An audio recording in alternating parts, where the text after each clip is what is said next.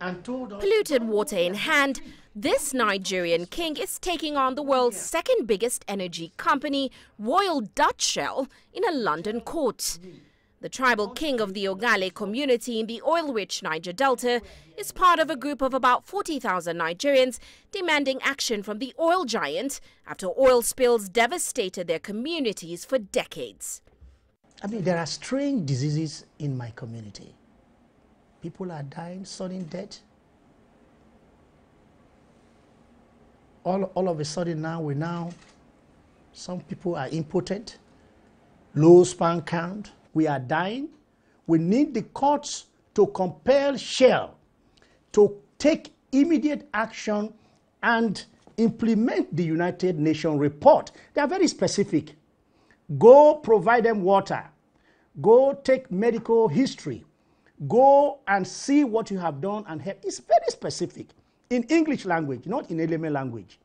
So Shell cannot pretend they don't know this. A 2011 report by the UN Environment Programme warned of dangerously high levels of hydrocarbons in the water, bitumen-coated mangroves and poor air quality. Problems, they say, could take 25 to 30 years to resolve. Well, Shell insists the areas have been heavily impacted by crude oil theft, pipeline sabotage and illegal refining.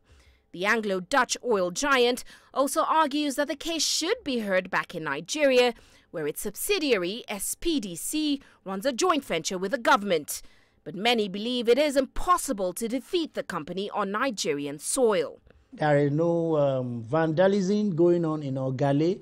There is no violence on Shell pipeline. The problem of the leakages in Ogale is due to the poor integrity of the facility that Shell has there. That's all. The pipeline is weak. The only alternative, the only remedy now for the people of Ogale, after this we are finished, is the British legal system. Shell's subsidiary in Nigeria insists it has delivered water and healthcare to the community and is supporting UNEP's $1 billion oil pollution cleanup program launched in the Niger Delta this June.